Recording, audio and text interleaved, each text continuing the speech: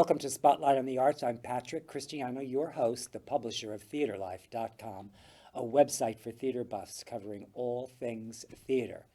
And I have a special guest today, my friend Saskia Keeley. Saskia and I met walking our dogs at the beach in Indian Wells, and we've been meeting, I don't know, all summer long pretty much through July and August, and I see you every single morning. And one morning, I don't know what possessed me, but I said, "What do you do?" I asked her what she did, and she opened a can of exciting worms, I guess you would say, but it just was so exciting of all, not worms is not the right word, but of exciting avenues of what she does. She is a photo journalist, documentarian, and she recently started this new project called Accompagnateur. Is that how you pronounce it? Accompagnateur. Workshops. And you're going to tell us what they are. Tell us about what this is you do in your workshops with the people. Well, first of all, thank you, Patrick, for having me on your show. And it's wonderful to connect through humans. So very Thank grateful. you so much for coming. I find your work really exciting. So, I think you and I talked a little bit about how the concept of the workshops came to be. And it happened that in 2015, I went to an NGO, a non-profit conference in Jaipur, India. And you do these all over the world, right? So this was nothing unusual. This was just part of your... Well, the conferences were different. I was documenting of nonprofits Right. around the world. So very much kind of taking photos of their mission and vision and giving them back the documents and the photos, and they would use it for their own But what I marketing. mean, you've been doing this for a while. Yes, wasn't photojournalism, yes. Yeah, so this conference was not unusual. It was The conference was not unusual, but what came out of this conference was exactly, a very... that's where I'm going to. Exactly, a very new chapter for me. So at that conference, I met a rabbi, and the rabbi has his own organization in the West Bank that is created by Israelis and Palestinians. And it is through activities that they bring the two sides together. As you know, there's a very big conflict Yes. in Israel-Palestine. A long time. Exactly. So through those activities, they are really trying to break down embedded stereotypes and to combat anger, fear, and hatred. So the rabbi, when he met me... Which in themselves are pandemic too, not just in Israel. No, this is true. I mean, yes, but go on. It is in many places. So it's a worldwide... But this one seems to be an intractable conflict. Yes, it's been for a long time. Long time, and many people see no ending to this conflict. People very have been entrenched. So I met this rabbi, and he saw an opportunity as a woman photographer. He asked me if I would be willing to host photo workshops for women in his organization, because we're dealing with very patriarchal societies on the ground. Roots, the organization, had a very hard time bringing women to the center. Mm-hmm. So he and I kind of devised this idea of doing photo workshops that would bring together Israeli and Palestinian women. That's amazing. And so in the summer of 2016, I did a set of 2 workshops back to back. And I came This was the first time you'd ever did it? Ever did this. First time I ever did photo workshops. But the concept seemed so exciting as a documentarian that I said, of course I want to do this. But that is a time when I got to realize the power of the camera as a tool for understanding, dialogue, and transformation. So you have to understand... What were the things that provoked you to see those aspects of it? Well, again, knowing about this conflict, that I have never kind of witnessed, only from very far away through the news, I thought if I can be a part of a discussion, or again, creating something new, beyond just photographing people, but allowing the camera to be the tool. And this is what I got to realize is the power of the camera as a tool for dialogue, understanding, and transformation. So what you have to understand is these women live side by side. Their villages are literally a couple miles away. They never meet. So the understanding that these women come to those sessions, the photography workshop, sitting with their perceived enemy, and for the first time in their lives, for most of them, are willing to engage in this kind of dialogue. I think it's extraordinary. It is extraordinary. And again, this always comes obviously with the support and the collaboration of the organization on the ground, right? They are the one that are managing to bring these women to my workshops. So the way I see it is the workshops help to build bridges of empathy, fostering connection and breaking down barriers. And so what I've witnessed over and over in my work in the And that happens because you get to get the people to really look at each other. Exactly. And see each other, because they have to take the pictures, and it's in that process of doing all that they really get to feel the other person's humanity. Exactly. So, what I do see is a shift of the way the women look at each other over the course of 4 sessions. And so you have 4-session workshop? 4-session workshops. And how long is the session? 4 sessions are usually 3 hours. Mm-hmm. And so, there's a shift in what happens over the 4 sessions with these women and the way they interact with each other. And again, a story I always like to tell is the rabbi's wife, the founder's wife, Right. was very reluctant to come to this workshop. I feel like her husband was pushing her to come. So she really sat in This is the rabbi that started all. Exactly right, Yes, exactly right. I'm sure he was pushing her. He was pushing her. He was pushing her. But she sat there really, with trepidation, with resentment, and just being in that space, and sitting around with these other women.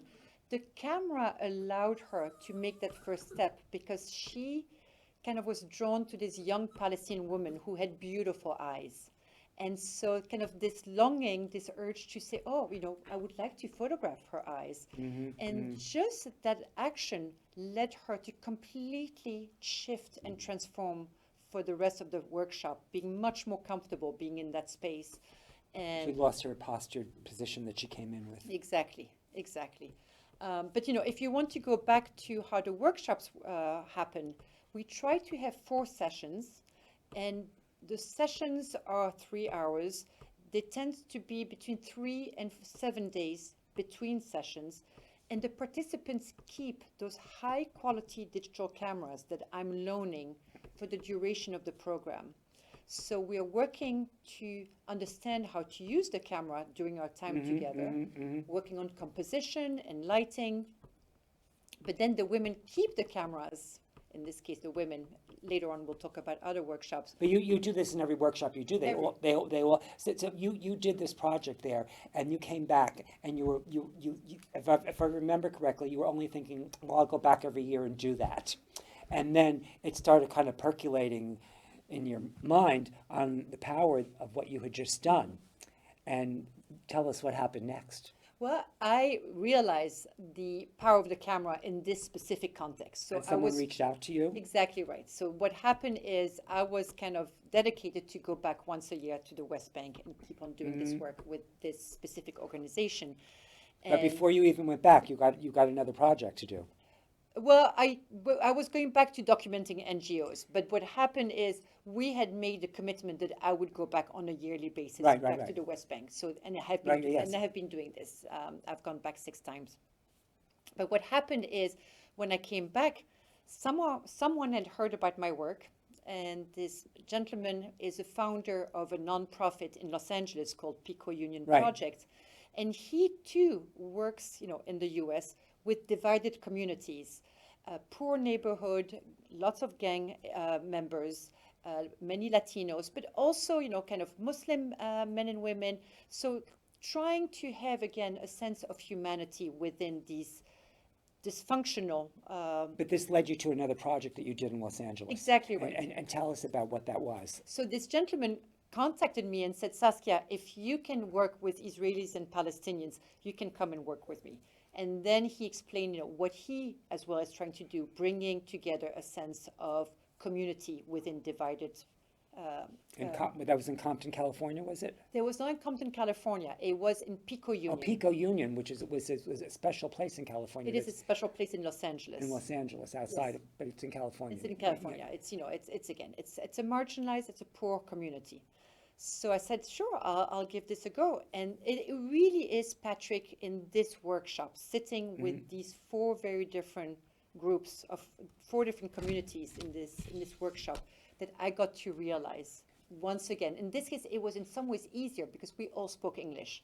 In Israel, We have the Hebrew and Arabic, kind of barrier as well. But no, we have a clip of Umar. He was a participant in this workshop Yes. in Pico Union, right? Yes. And we have a clip of him describing the effects of how he was influenced or affected by and how he changed in this workshop. I want to share this with the audience so that they can really see the power of what your workshop did for him. I think As Umar is a wonderful testimonial. And again, before we Right. watch the Umar video, we have to understand that Umar is a Muslim man, a Muslim black man.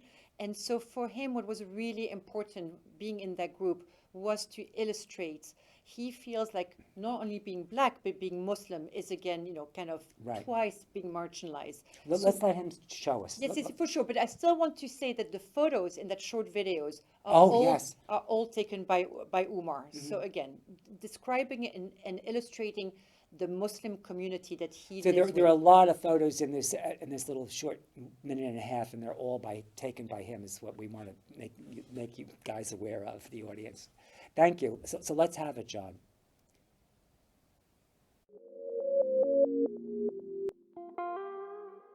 My name is Umar Hakeem Day.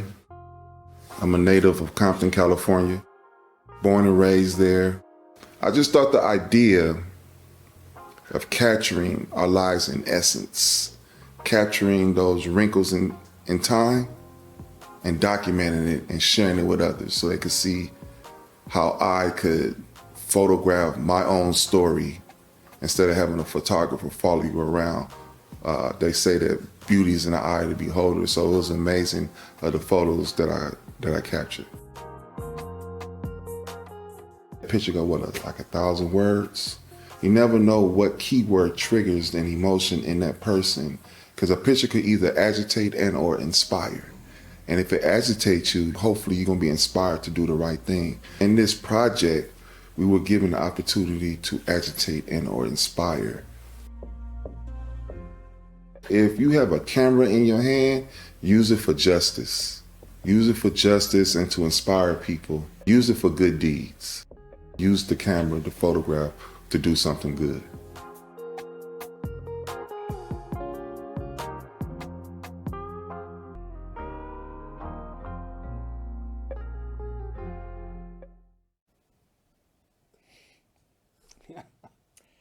That's powerful.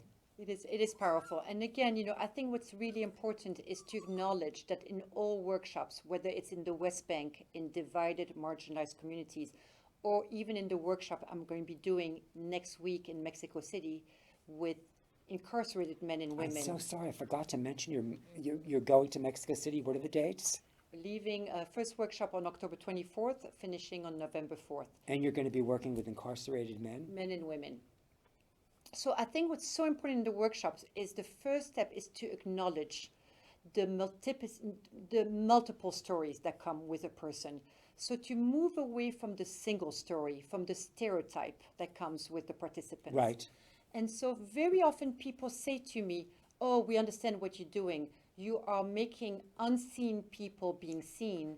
And There's so much more than that. There's so much more than this. There's a whole other aspect to it, These men and women are seen. All the time. They're they're focused on in a way. Exactly right. They are seen with implicit and explicit biases. Exactly. So what we're trying to do is for the men and women to move away from that single story, from that stereotype. Mm-hmm. This is really, really an important part of the workshops. To expand the authenticity of who they really are, because Exactly. that's Exactly. That's- Well, the important thing is exactly right. In the workshop, for them to take control of their own narrative. That is a very, very important part of the process. But it sounds like, too, in doing this workshop, they also experience and learn their story in a way that they never saw it or didn't have the potential to experience. They didn't have the capacity to do it at all. And with the camera and looking and seeing the things that you give them, they experience themselves in a completely different way, and they experience all of the wonderful aspects as well. So, the camera photography, again, can become a new way, a new narration, right? A Right. narration that kind of defies language. And that's also, again, a very important part of the process. So yes, I think what's so important to understand is the workshops are about empowering the participants. So we are talking about aspirations versus challenges. So we're not talking about what might have happened in their past. We're talking about the present and the future and how we can build on the multiple stories of their lives.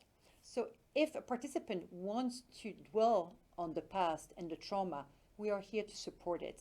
But we're also here to really see this beautiful individual in all of the complexities. Does that happen a lot, that people get stuck in the past and can't move beyond it? Well, again, I think. I mean, like when you said you have to support it sometimes, when you support it, do they eventually move out of it? So, again, my work as a kind of offering those photo workshops is just supporting the sense of their full story, their full humanity. With this in mind, their full empowerment. With this in mind, they are always supported by the organization, right? I always work in collaboration with an organization. But what I meant was, if they're stuck in their past and the old tapes, and they need to still experience it in some sort of way, and you're supporting them to have that experience, to clear it, do they then move past it, or is it, do some people get stuck?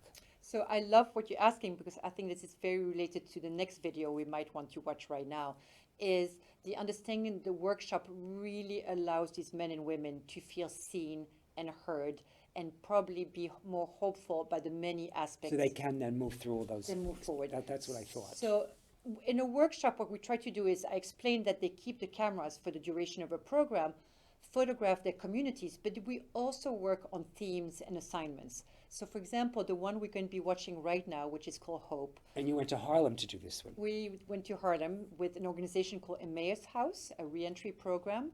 And so from session one, we knew that during all sessions, in session and in between session, we were going to think about hope and what hope means for these men and women.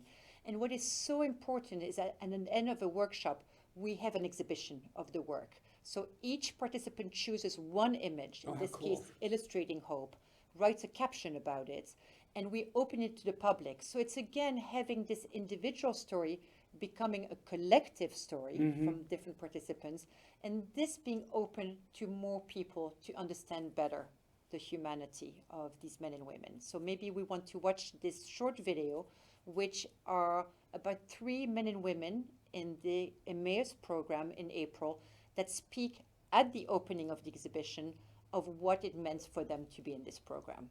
This is a beautiful video. It's only about a minute and a half long, I think. But let's have it, John. I've been 10 years in prison. I've been home roughly 2.5 years. When I went away, I was relatively young. I was ignorant, I was flashy, I was hot-headed, I was angry.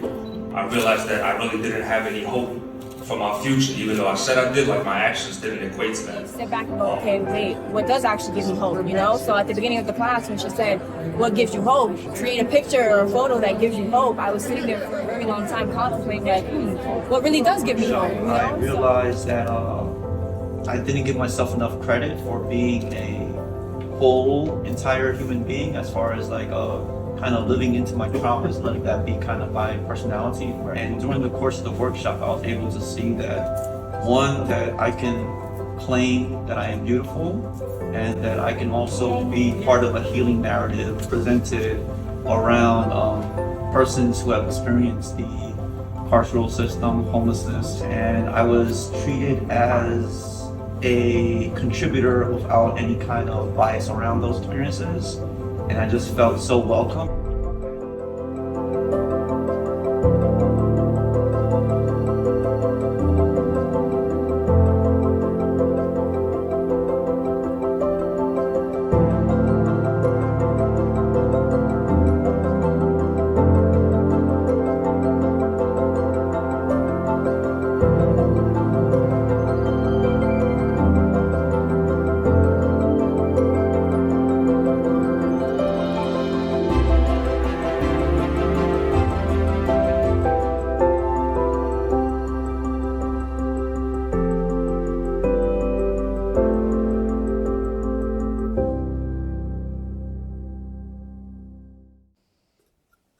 It's incredible. Your work is so powerful, and they prove it. It's a testament. From where do you go from here? Like, you have all workshops happening all in so many different places now, right? That's correct. And actually, the very last video we will see will really encompass pretty much all the places I've worked at. So how many have you done? So I've done many because most of the organizations I work with rehire me. So for many of those places, I have gone back 4 or 5 times, offering more workshops, each time working with new participants. And always in a different marginalized community? Always. So we have. I wanted to show this last video. You thought we didn't need to do it, but it's almost like a promo video, but it's a compilation of a lot of the participants in many of the workshops, and it's about 3.5 minutes long, and it really goes to the heart of everything you do. And I hope it sums up everything that we've talked about her work. So can I just say yeah, something about it? absolutely. Again, I think it's important for people to understand that all the videos and all the photos that yes. are in this workshop, just as the same with this Hope video, are always taken by the participants, right? It's never a photo. Oh, it's the most important thing. It's the what photo that are yes. not mine. And so a question again is, why is the title of this short video Love One Another? And it's straightforward. It really is about what can happen in these sessions, is the connection and the understanding, sitting with someone who might be very different than you, or even just in a sense of empowerment. How can we love one another when we have heard so many bad things about this community, these people in the first place? So that's a very important part. And I also want to point out that you will see in this video a couple of segments with 4 young ladies sitting on a couch. And these young ladies are from Brentwood, Long Island, and were gang involved. So again, when you see them sitting here and talking about love and what love means to them, understanding that this may not have always been a part of their understanding of connection and communication. It's an evolution. And again, this video will take us from the West Bank to New York City, to Los Angeles, to Oakland, and to Brentwood. So this is kind of a whole survey of different aspects of the workshop. Thank you for filling us in on everything we're about to see. Thank you. We can have it, John, please.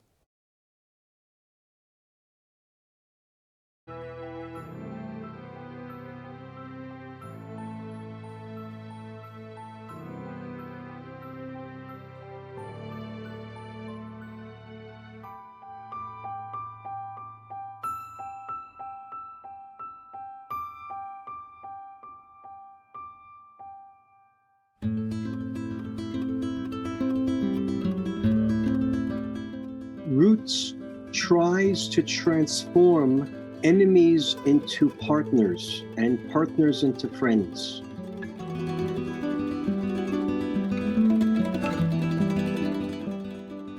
All of us and our room are connected. And from there, the peace will come.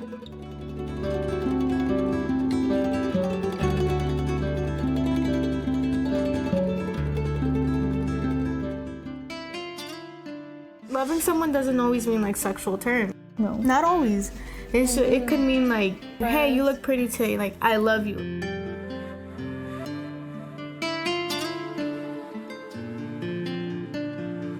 She'll just pull me across in the hallways and be like, I love you, okay, bye. Yeah, that's me. Oh, daily reminder. Every single day, like when I say her, like, hey, Nasri. And she's like, It's like, bye, I love you, bye.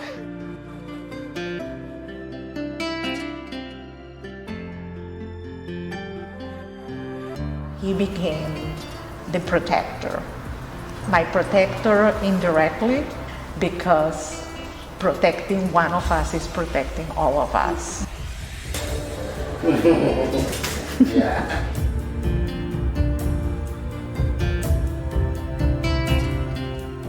You look to the sky and a cloud moving by,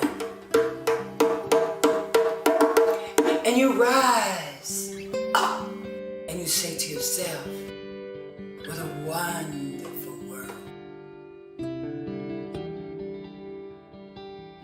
In reality, it doesn't matter what religion you are. It's all about you're a person, I'm a person, and hold hands, you know. And it's something that's locked in and it won't leave, you know. Like, even if we fight, like, we always like I don't like you, but I'm still like, I love you. My favorite picture was me kissing my mom's belly. This picture describes like a new beginning and loving and caring.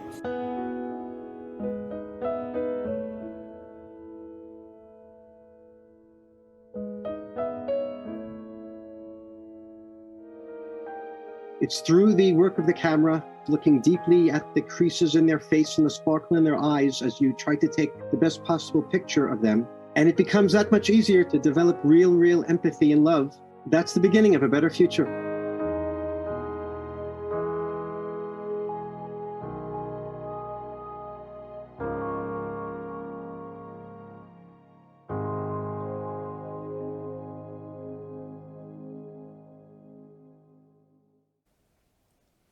It's wonderful. It's really powerful. Now, you've taken this work to all these different places, and now you're going to go into the prisons in Mexico. The first time you're going to go into prisons with cameras.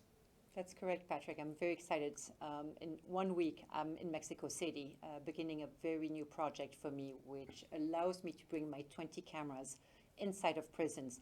And I will be doing 2 photo workshops, one with 20 men and one with 20 women in different prisons.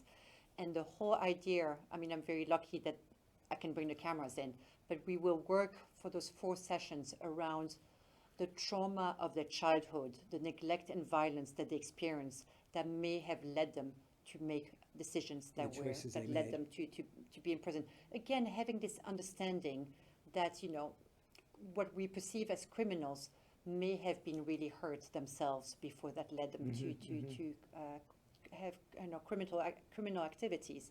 So we are hoping, well, we're not hoping, we do have those photos and those stories that are going to be exhibited at the Senate in Mexico City. Oh, how fabulous. In March. Again, bringing awareness of what happens and can we bring more restorative justice to the world instead of punitive justice. Well, with small beginnings, and you just keep working on. It's wonderful, your work. It's really wonderful. Thank you so much for coming to do this. And you're going to come back and do another segment with me because we have another interesting project that you've done with, what's his name? Kenneth Reams. Kenneth Reams, and he's, tell us just a little bit about him. So Kenneth Reams is a man who has been for 30 years in solitary confinement in Arkansas. And he's been doing artwork, and he's taught himself to be an artist, and we're going to do a whole segment on him. So you have to check back when Saskia comes back. Thank you so much for coming. My pleasure. It was an honor to be here. Thank you so much, Patrick. Mutual. Thank you so much.